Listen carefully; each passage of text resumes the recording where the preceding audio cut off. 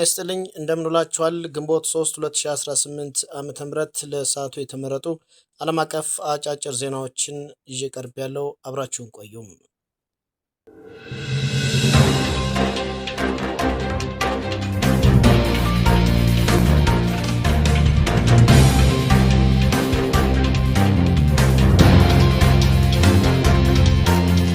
የሩሲያው ፕሬዝዳንት ቭላዲሚር ፑቲን የዩክሬን ጦርነት ወደ ማብቂያው እየተቃረበ መሆኑንና ዘላቂ የሰላም ስምምነት ከተረቀቀ በሶስተኛ ሀገር ከቮሎዲሚር ዘለንስኪ ጋር ለመነጋገር ፍንጭ ሰጥተዋል።